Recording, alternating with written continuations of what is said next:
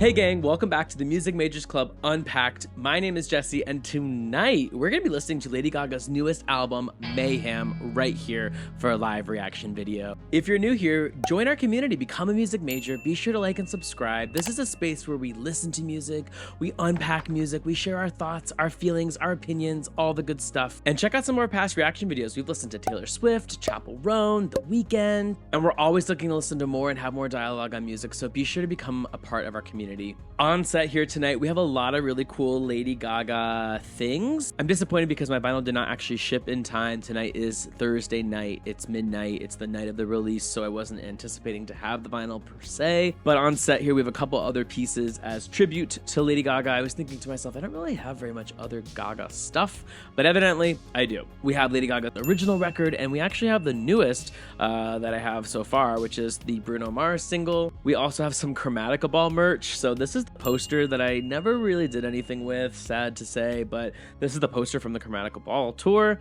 And then I'm also wearing the Chromatica Ball hoodie or sweatshirt. It came with it. It was like a whole box set, and it also came with this little lanyard here too, which was pretty cool. So I am Chromatica'd out, I suppose. I have the House of Gaga Vegas mug, so all of her Vegas merch. And when I was in Vegas, I also have some of the cash that they dropped from the ceiling that has her picture on it, which I'm sure you can barely see. And needless to say, I am just so excited to listen to this album. It's been a long time coming for LG7. They called it for a long time. Chromatica was her last pop, studio record, and that was released in 2020. Of course, along the lines here too, we had music from the Joker 2 soundtrack. We also had the associated album Harlequin. And Gaga was really busy in the movie scene space, obviously for quite some time. She's done a lot of movies. She's been very involved in other things outside of music. But I think that's actually what this built the anticipation so much for this specific record, is that we're kind of returning to an earlier time of Gaga. We're returning to some of her fame, monster sounds. And I think a lot of fans are really, really excited about that, because this is like the original Gaga vibe that we've kind of been missing and waiting for a long time. As a longtime Gaga fan, it's been really cool to kind of see her, just explode into literal fame and do so many things. I think she's accomplished so many things in her own personal life that she's wanted to do in her career. She's had so many acclamates and awards and achievements. She's had so many things that she's done that are not just in the music scene, but outside of that. She talks about always wanting to have been an actress. She wanted to do movies and TV shows and things like that for a long time. And if you really look at her trajectory of her career, she's done so many things that weren't just in the pop music space. So I don't know. It's really cool to see her like have done so much. And as a longtime fan of hers and someone who just thinks that she can just really do it all, and she's so multi-talented, I just feel nothing but like pride for her. I'm just like so happy for her and all the things that she's done. And I don't know, it's weird, like you don't obviously know these musicians, these artists, these celebrities, but you just like you can appreciate their work if you are a true fan of theirs, I guess. Appreciate their work and just like anything that they've done. And I feel like I and so many people have been along for the ride with her for so long. So needless to say, it's just really cool to see her doing her thing. This record has been a long time coming. I know I mentioned 2020 was when Chromatica released, and now 2025 Mayhem is releasing, but there was just so much build up and lead up to this album.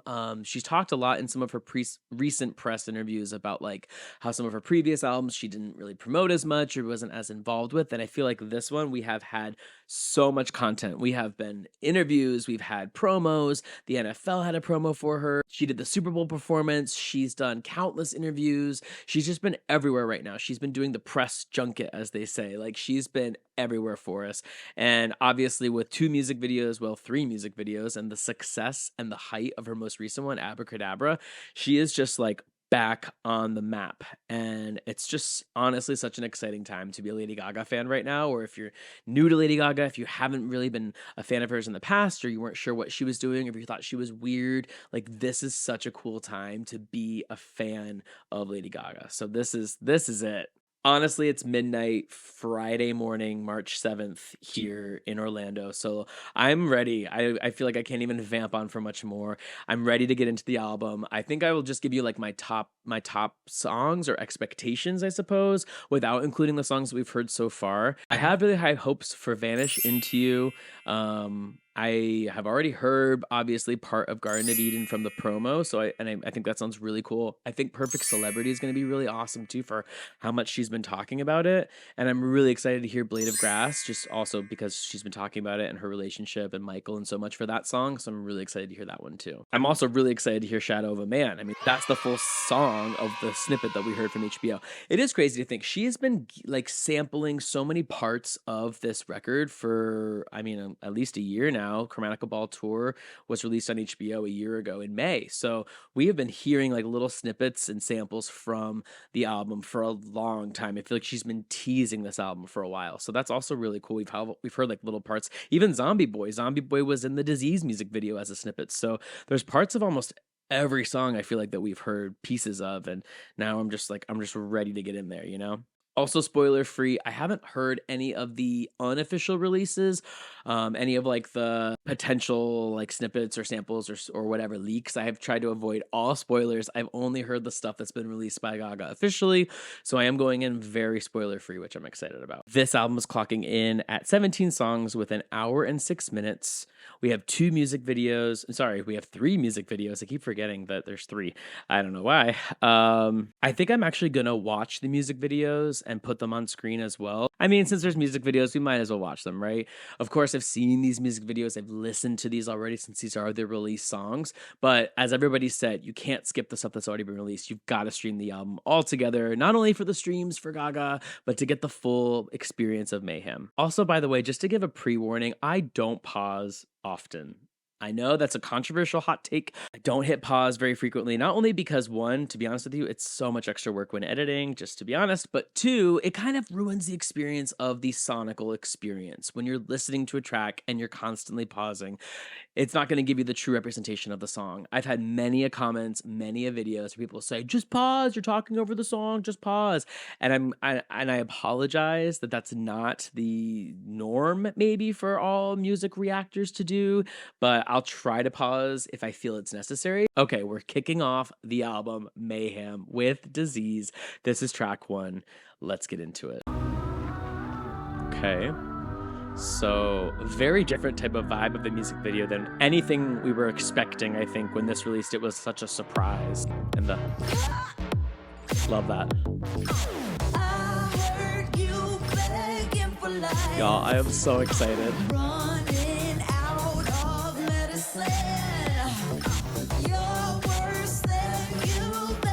She's really showing off her acting chops, right? This gives me a very, like, Freddy Krueger vibe, you know? And the pink nails are very old school Gaga. Wow. And of course, that's our first look of what Mayhem is. This character, this creature, and the fear of what Mayhem is in the upcoming videos. She looks scary. Also so good, but scary. And Mayhem's watching, of course. And she's like wrestling with herself. Yo, I'm so excited to hear this song. Oh, at first listen, I was like, oh my God, what is this? It really looks like such a cinematic, scary movie. I hope people dress up as this Mayhem character for Halloween or anytime. The costumes are gonna be insane. Like, what's the budget on this video? And the puking of herself. Okay, also, the last notes of her going up and then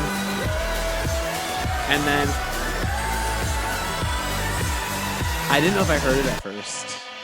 Oh my God.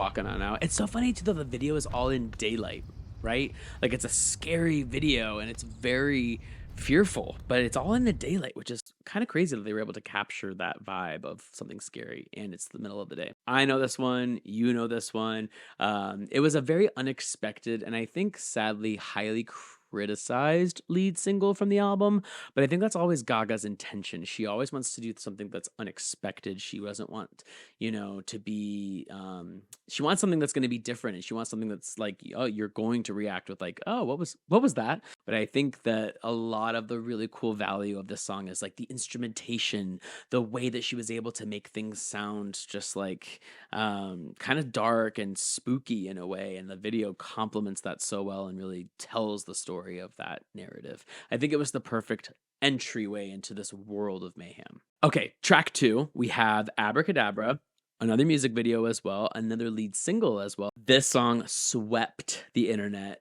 Truly, this is the way that if you were like an OG Gaga fan, this is how it would feel. And everybody kind of noted this. And it's so true though. This is how it felt when Gaga would release new music. This vibe, this energy, this like sense of newness and sense of creativity and something different. This is like totally how it used to feel back in the day when Gaga was like new on the scene. Here we go. Let's watch and listen to Abracadabra. Dance or die. Ooh, the thunder even in the background there. And then she added like one more beat here, because then it's like,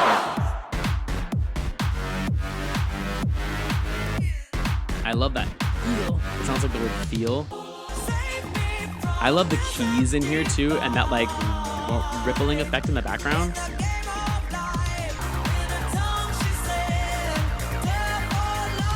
This part was my favorite. That like upward sound. I love that. And now she's out on the floor. The canes are so cool too. I mean, so cool.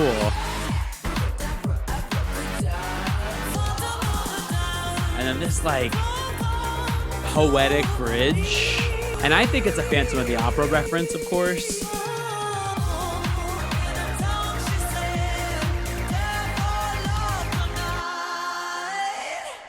That just rips up off the end. And I mean, this look is very Born This Way, iconic, that whole vibe. Whew. Well, yeah.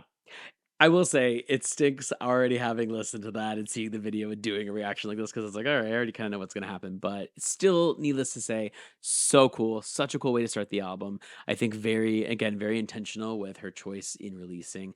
If Die With a Smile is the original single, then Disease to follow, just to kind of like, I don't know, I feel like those two are more similar in their like, at least in their BPM, maybe not their sound. But Abracadabra was like, okay, this is where people are locked in. I think Abracadabra is going to be one of her longest running like singles. It's going to be something that's going to be looked back on as like really, really, really iconic and revolutionary for her discography. I think, which I mean, I don't think that comes as a surprise to anybody. I think that's just going to be like when it released, I was like, okay, this is a big deal. This is like one of those moments of like pop music change, All right, gang, this is the beginning of new material for me. This is track 3, Garden of Eden. Well, I guess, okay, we already know part of this one, but I guess we'll know parts of all of them at some point. Garden of Eden is the song that was teased a little bit. We heard a snippet of it. So it's really cool to see that she's already marketing some of her material across platforms. Like, to be in a sports moment, pretty cool. Okay. This is not what I was expecting, even though I've heard.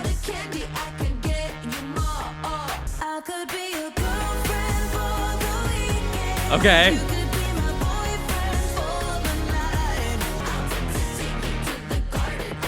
Very like high nasally, not nasally, but doesn't really sound like her voice. This is a vibe though, obviously. Ooh. I love this. Yeah. I love that riff. The vocals are stacked though.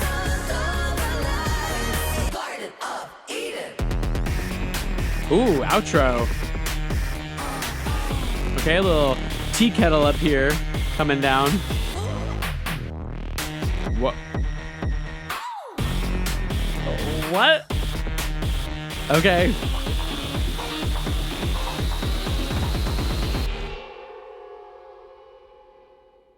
Okay. Wow, that outro was amazing. Garden of Eden. I think because I've already heard the snippet, I heard the parts that I liked the most in a way. But I really like the vibe of that. That is super fun. Super 2000s is the vibe that I kind of got from that. Kind of like dance. I don't know. I felt very dance vibe and kind of easy pop in a way. But a lot of riffs, like vocal riffs, vocal passages that I really liked. A lot of like they just sounded really good. But honestly, this outro, Garden of Eden outro, man, that was really good. Really enjoyed that. Not expected either. Like she didn't really have to go that hard. That was kind of like the ending of Manicure where she just had like a big, or at least at the Art Pop Live, she didn't have to do all that, but that part went hard. And that's exactly what that reminded me of, like a really big outro. Also, the classic Gaga with the repetitive vowel or repetitive word or repetitive letter, I guess in this way, to take you to the, like she does that all the time. Poker face, just dance, Judas, or kind of, but repetitive is kind of like a big thing that I think she uses and does a really good job with it. Okay, so now on to our next song, Perfect Celebrity. This one I haven't heard anything from. I don't know anything sonically about what this is going to sound like. I have heard from interviews, though, that Perfect Celebrity was potentially what the album was going to be called. Instead of Mayhem, it might have been called Perfect Celebrity. So I have heard that officially, like Gaga said that herself. I've heard her speak in discourse a little bit about how this is emulating her experience as a celebrity, her view of fame as a celebrity. So, but I don't know much else about it. So let's give it a listen. Oh, okay. This was the sound when she was posting the track list on Instagram. I thought it sounded like a potential song from the album. Really like this gritty, dark vibe.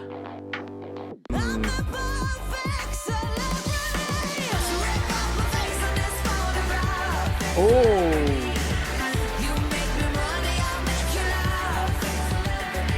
Okay. What? Okay, this is pop rock pop. Dang. Okay, this duality, like the album cover, two sides of Gaga. Yes. Ah, man. The way this rocks, but it's also poppy. Yeah. It's very nostalgia sounding too. Like I feel like I've heard this without a sound, but then still. Wow. Ooh. Dang. Yeah, okay. I'm getting a tie-in to Disease here. This feels kind of like a sister to Disease. Ooh, another outro. Man, the instrumentation, the production, Oh, I liked that echo. Oh, man. Okay. That was my first real listen of like a new song, all new in Mayhem. And I loved it. That was like the perfect mix of what I described, like rock, pop punk, maybe. Like I think one of the hardest things that an artist that's been out for this long or has released so much music is, the ability to create new content, but also, remind you of nostalgia. You want to be reinventing yourself, but you want to pay homage to yourself. And I think that that's, exactly what this is describing too, is like the things that you love of the artist, the things you hate of the artist or the celebrity in this case. Sit in the front row, watch the princess die. I mean, I probably would have caught that had I not seen it tweeted earlier, but that of course speaks to like one of the most infamous celebrities or characters in the world of fame and royalty is Princess Diana. And I think overall this song is the like sister track to Disease. It has a very similar vibe or follows a similar flow or format to that song. If we were at the Mayhem ball, those two could go hand in hand really well. All right, let's get into track 5, Vanish Into You. I think this is supposed to be potentially the next single from the album. I've seen a lot of conversation about this song. But let's get into Vanish Into You. Here we go. Ooh, okay. Piano already. This feels like her old Summer Boy. Ooh, okay. Oh my god. An entire rock alternate vibe? No way, man. If you don't know Summer Boy, this is like that. Oh, we see you, Gaga. We hear you. Oh. Another repetitive word. Vowel. Wow. I really like the concept. Vanish Into You. Yo, this is like... Also got like an Elton vibe with the piano, right? I also love a lack of sound, you know? To really amplify. Yo, I think this is the song for like the GP, the general public. Like this is... Whoa, what was that? I loved that. Okay, she's not playing. Oop. Ah, this Elton John moment.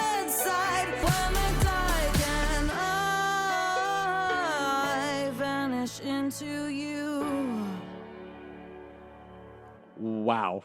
Okay, that was really freaking cool. That was like literally instantly the fame Summer Boy. I think she always appreciated a good, you know, piano and vocal, guitar and vocal. She always appreciated that style of music. And I think that is exactly what I pictured this album to really be.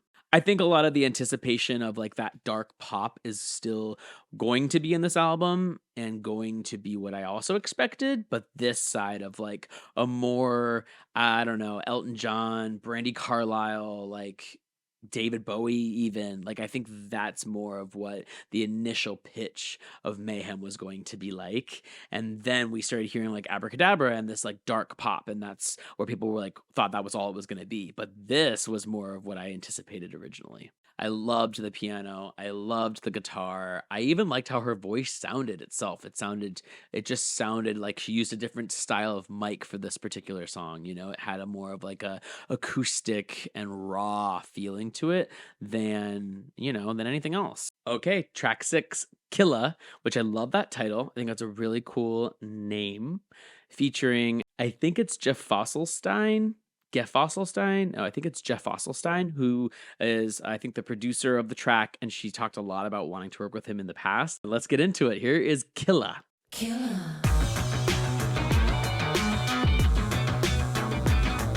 Okay. So still a more acoustic-y alternative vibe, I mean. This is not what I was expecting. I thought this would be more like dark pop.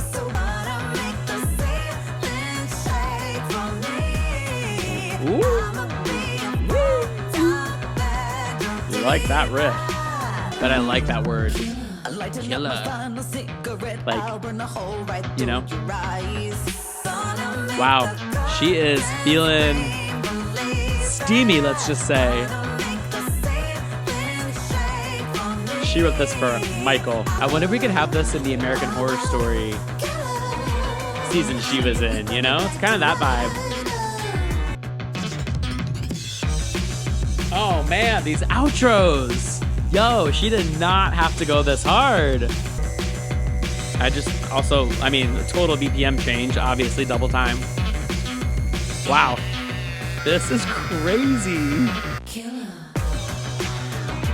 Holy macaroni. Okay, this is like the third outro that she's done this is the longest one for sure. Very like old school vibe there. Okay. Man, for some reason, I think with that kind of name, I thought he was going to be more like DJ Shadow in a way, or like that dark pop side and art pop.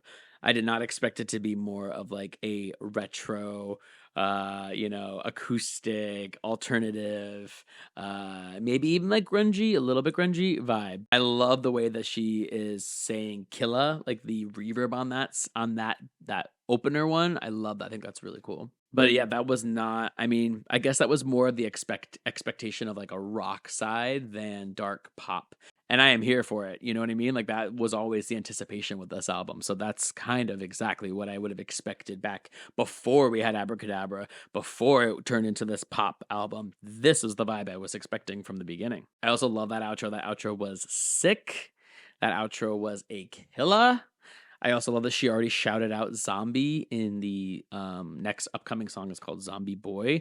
So hearing her say, looking at you like a zombie killer, she clearly is, I don't know. She's clearly like fixated on this word zombie because it's come up twice on the same record. All right, it's time to get into Zombieboy. We've heard it sampled in the Disease music video. Maybe. We're about to find out. All right, let's get into Zombieboy. Here we go. Okay.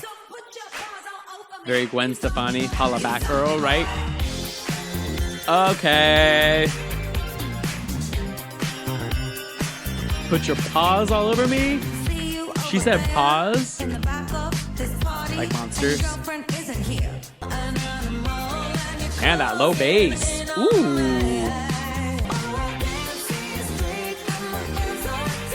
This is it. Yes. Finally. That's our sample. I love this chorus, man. I feel like it's similar to the song Monster on the Fame, you know? That kind of vibe of lyrics.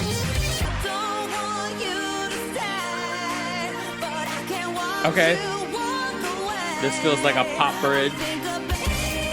Oh, she's going. Okay.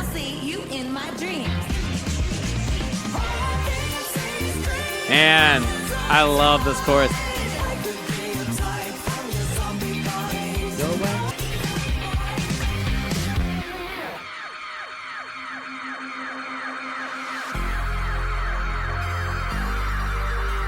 Okay, these outros. This is like a synth dark pop outro. This feels like The Weeknd. Holy macaroni, that outro. Honestly, these past couple ones have been more of what I would have expected, like I've said, of a rock album. I mean, that's, I guess, the whole point of this album is to kind of be chaotic and this mayhem all over the place. Like I was saying before, I think that the lyrics are kind of stemming and speaking into how Monster was in the Fame Monster. Like, I think that vibe of like someone, I don't know, like attacking you or whatever, like whatever she's going for is like kind of what she was talking about in Monster. I also really like that word Zombieboy. Like I think that word and Killah, I think those are cool words. Like I like that, Zombieboy. Honestly, if nothing else, I'm just glad to have finally heard like the full song after hearing the snippet of that song in Disease. Like I really liked the chorus. I really liked the sample that they dropped and the way that they like filtered it and made it sound different than the actual track, of course. But I really enjoyed that chorus. Like I think that was my favorite part of the song. Okay, so moving on to track 8, this is LoveDrug. I kept seeing it as LoveDug, but yeah, it is in fact LoveDrug. Okay, so here's LoveDrug. Here we go. Okay, very into the synth.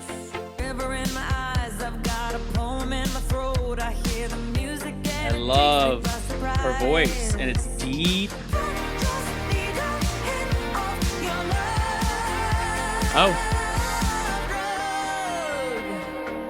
Okay. This is interesting. I really like the constant strumming too throughout the whole song. Or the whole chorus maybe. No, it's still there. Okay. This is good. I have like nothing else to say. I really like this. And that vocoder up there too. The backup.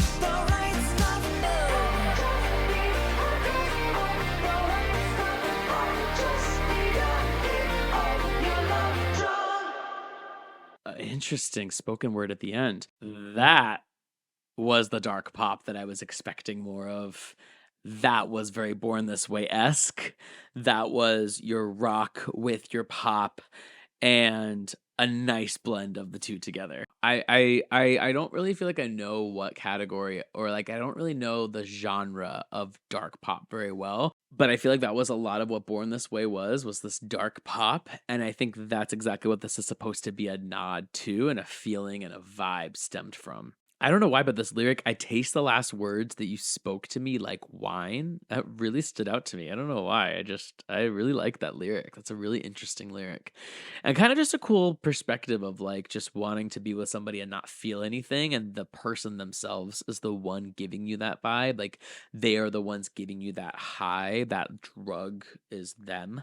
You know? And of course, this must stem from her relationship with Michael. This must be the experience that she's having, and, you know, just the excitement and the anticipation of seeing someone or being with someone. Okay, that one could really grow on me as like a big one. I really enjoyed that one. All right, here's track 9. I hate to say it, from what I've seen in speculation, potentially another artist featured on this song, even though they're not credited in the title. All right, let's get into How Bad Do You Want Me? Okay, interesting start. Very interesting. Ooh, I'm here for this. I'm trying to listen to those high vocals. Yo, this is... Woo! Woo! That bow to cause. I liked that. And I love this backtrack. Okay, she's doing a lot of spoken word in some of these, which is interesting. These parts right here, I'm listening.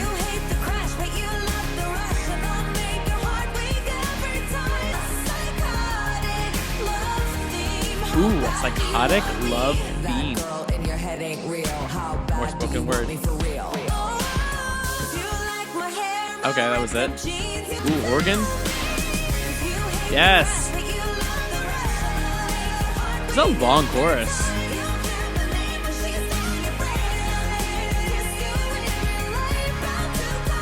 Yes. I love that part. I don't know.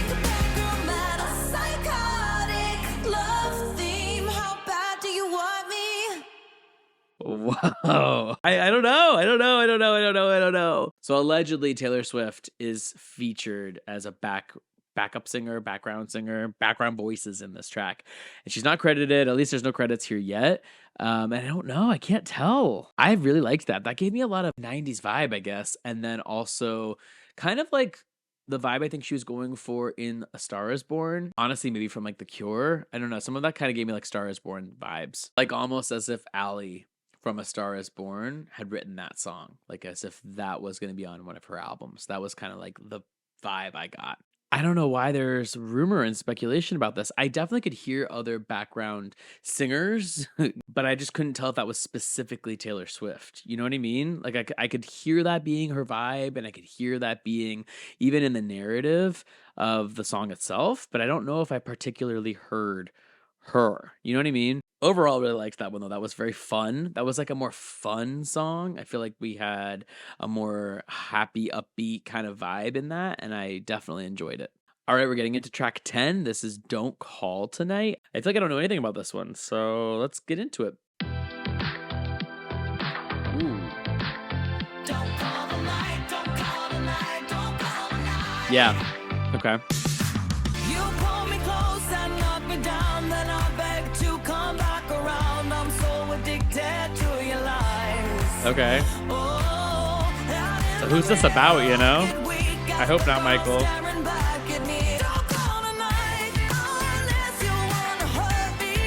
Okay.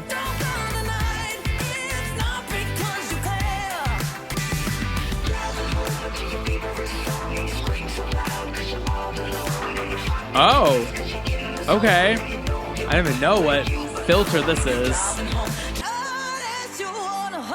All right, give it to us, Gaga. Yeah. I like how she said care.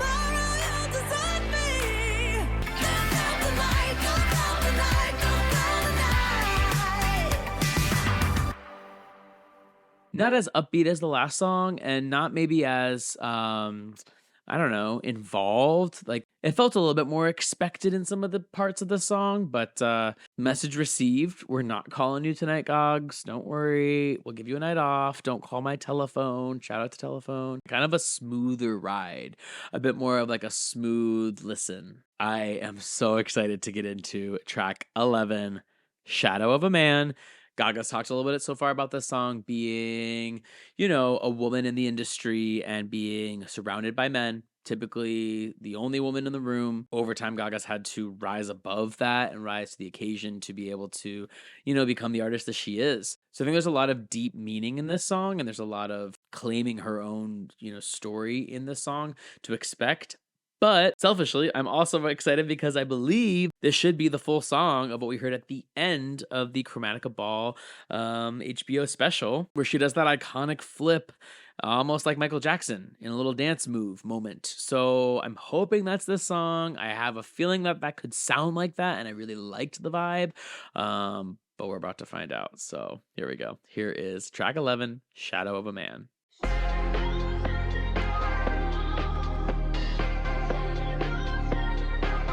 Yep.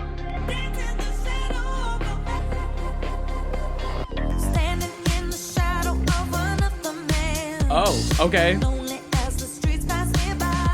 Oh, shoot. Okay, this is it.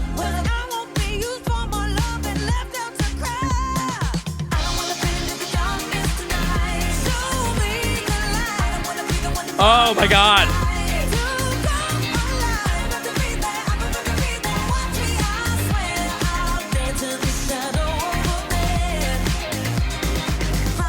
Holy mackerel. Okay, I have to pause. This, y'all, team, gang, this is what I have been waiting for. This is mayhem. This is 1000% the vibe that I wanted. Shadow of a Man. Holy macaroni. This is it. It's got this like Michael Jackson vibe. 1000% has to be a nod to Michael Jackson. The way that she's articulating those words, the vibe. Holy cow. Okay, we're here. We're back. Let's get back into it. I can't believe this.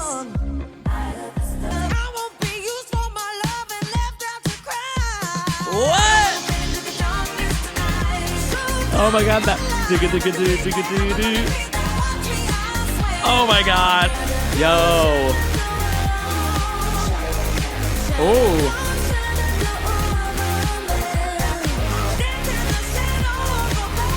That's it. Okay, break it down. That is so Michael Jackson.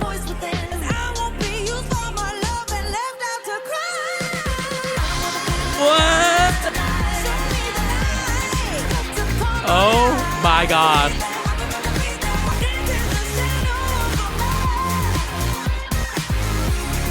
Give us this outro. Yes.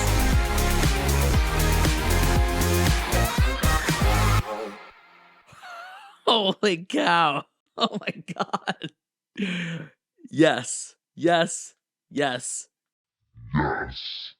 That is what I was looking for. That is what I was waiting for. Like, that was everything. Oh my God. I can totally see why that was like teased from the Chromatica Ball year ago, because that was such a freaking vibe.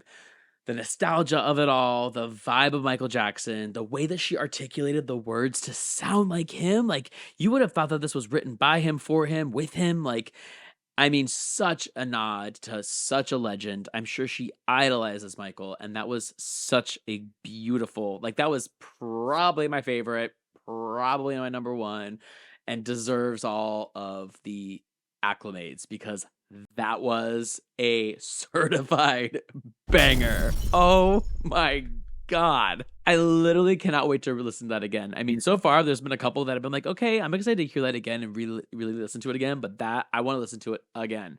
Is anyone gonna get mad at me if I listen to it again? No, I'm just kidding. I'm not gonna do that right now. But like, I cannot. I could not get enough of that. Holy cow. I also really loved Michael Jackson's music.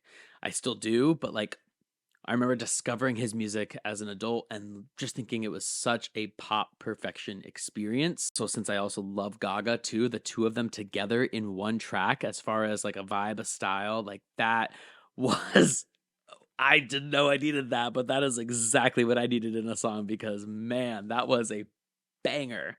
Holy cow. That was incredible. All right, well, now after that, let's listen to track 12. This is The Beast. I mean, I am happy. I'm happy. I am so happy. But let's see what The Beast has in store for us. Here we go. Turn on the music. Oh, okay. I touch your face 'cause I see panic. Who ring the alarm? Okay, I had a feeling a slower vibe was going to be upon us. So she teased that lyric, and I do really like that, the 11:59. Like the beast that lives in you, you know? Okay. Yes.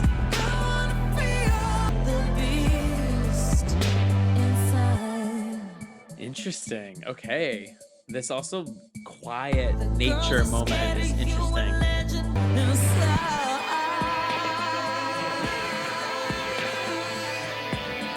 Okay, what's gonna happen? Is this supposed to be the midnight moment now?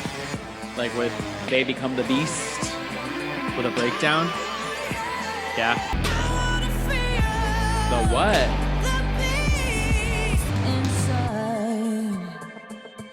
Scary.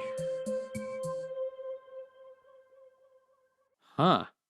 Okay, well, what a juxtaposition from Shadow of a Man into The Beast, right? And I actually think they flow well together because that's very intentional to show their differences. That helps them make, you know, like when artists make choices like that, when they stack an album, it helps to really show juxtaposition or similarities. And I think that really showed the differences between those two because, man, that was like the total opposite as far as a vibe, a BPM. I would say deep and passionate.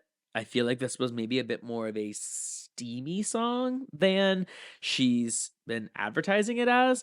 I think that's kind of some steamy lyrics in a way. And I didn't expect her to repeat it as much as she did, but I really like the lyric, "You can't hide who you are," 11:59. Like, I think that's something that anybody can relate to no matter what the storyline is. I really like that lyric. But as far as a vibe, yeah, this was kind of like a really slow jam in a way, but also like a darker slow jam. So interesting, kind of interesting. All right, so track 13, Blade of Grass. We've made it to the end of new content as far as what we already know, because of course the last song is Die With a Smile, which we all know with Bruno Mars. Of course, we'll still listen to that, but Blade of Grass is the last of our new tracks. And I've been really excited about this one because she's talked a lot about how this was written for Michael, her fiance, and how he asked her, you know, if I was to propose to you and get engaged, what would I do? Like, how would it go? What would happen? And she said that all she would need is something as simple as a piece of grass, and in this case, a blade of grass is how she's written it. And I think that's really, as like a ring, you know, and I think that's really special, a really fun kind of way of writing it too, like stylizing it. Blade is an interesting word to choose. So I'm really excited about this one. I bet it's going to be maybe a little bit slower. I hope it's a little bit more like, you know, romantic in a way, because I think that's the vibe she's going for. I don't anticipate a heavy BPM hot dance number, but I'm excited for it either way. So here we go. Here is Blade of Grass. Lovers kiss in a garden made of thorns. Yeah, definitely the vibe. Piano heavy. I fall into your eyes. It's much darker and minor though than I would have expected it to be. Come on and wrap that blade of grass around my finger like a cast. Yeah, it's no diamond ring. What about a diamond heart? Yeah, and I'm breathing. Forever's not enough. Ooh, interesting chord. Is there a resolution? No, not yet. Come on and wrap that blade of grass. Wait, was this a key change? I think this just modulated up. It did. I didn't even notice. That was like smooth modulation. Make it last. Cute. That's exactly what I anticipated. This long synth. Oh, why the downward? Why are we spiraling downward? Maybe that's the mayhem of it all. Okay, yeah. That was cute. That was a very pretty interpretation of their relationship, her and Michael, of course.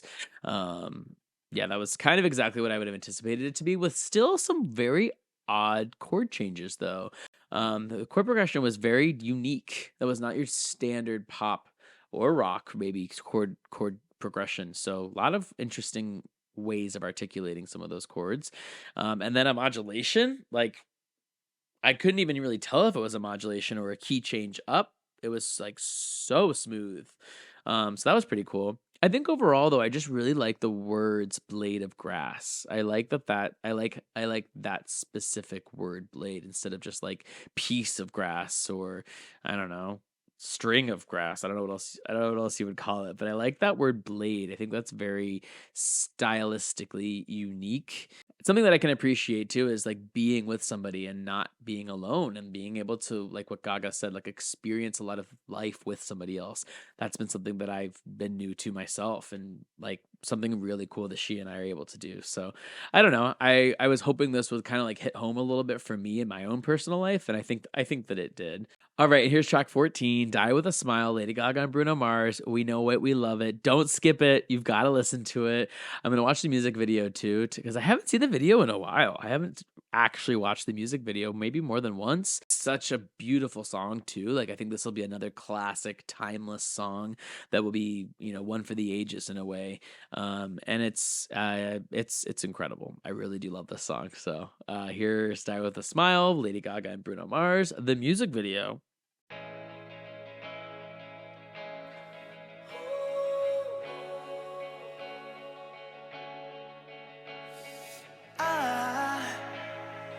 I just woke up from a dream. He also sounds incredible too, right? You and I.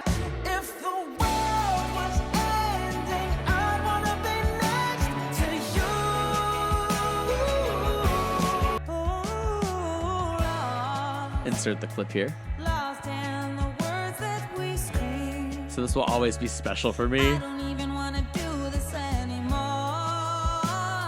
'Cause you already know what you mean to me. Their voices together are so harmonious. Like it's the last night. And that major chord there that they sing,